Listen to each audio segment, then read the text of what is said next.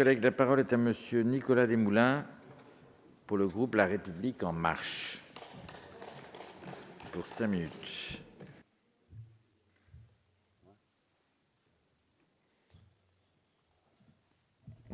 Merci Monsieur le Président.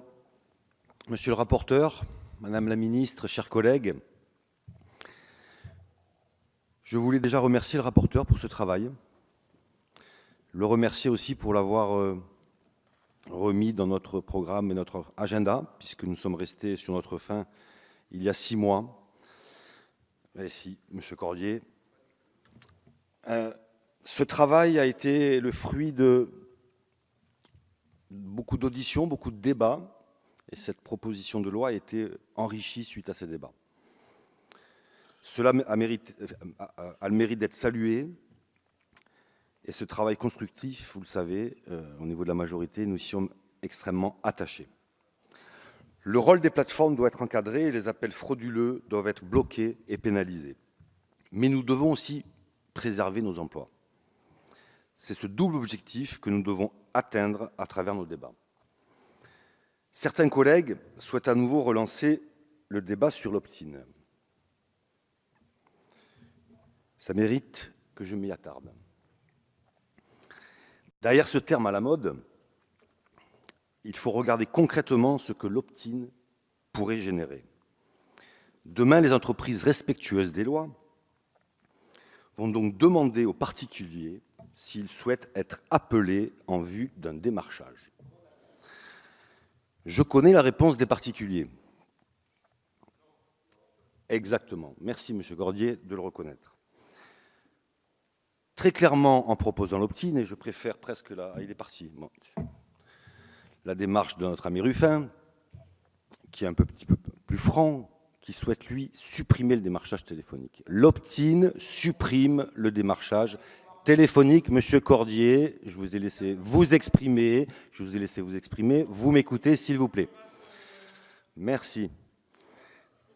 Donc la franchise de monsieur Ruffin est effectivement de supprimer le démarchage téléphonique. Ça peut s'entendre.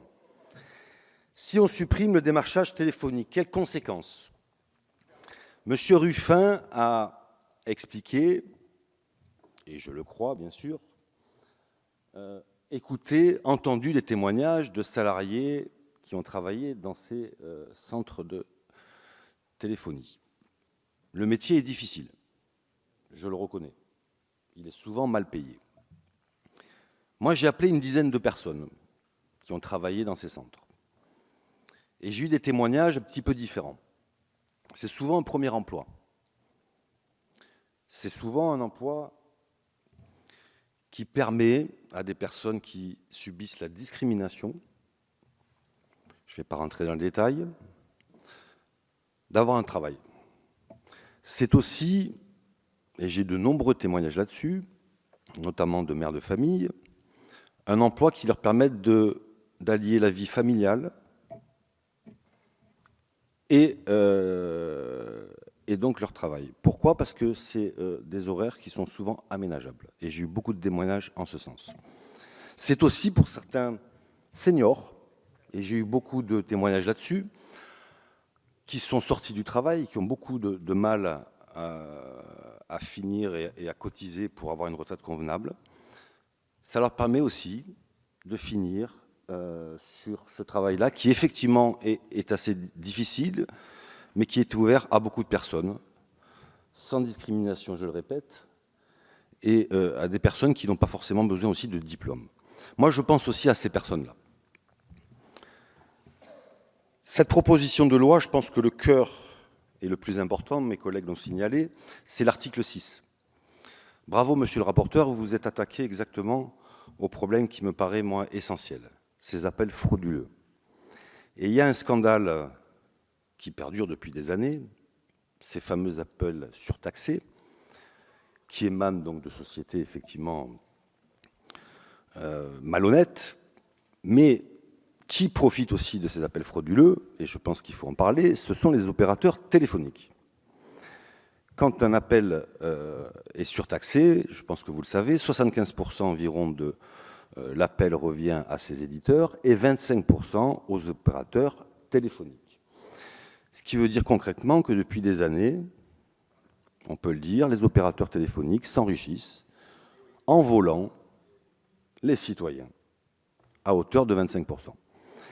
Et l'article 6 met le nez là-dessus et met enfin face à leur responsabilité ces opérateurs.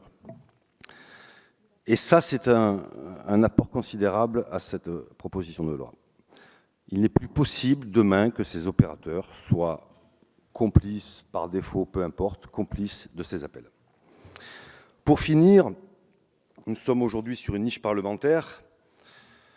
Je ne sais pas combien on en a étudié depuis le début de la législature, mais j'entends souvent l'opposition dire qu'on ne laisse pas la parole, qu'on n'écoute pas, qu'on n'étudie pas les textes de l'opposition. J'ai regardé il n'y a pas très longtemps le nombre de propositions de loi qui ont été adoptées à la majorité de l'opposition. On en est à peu près à 1 sur 2. Il semble que ce pourcentage est assez clair, et je pense que c'était bien de le signaler ici. C'est tout simple.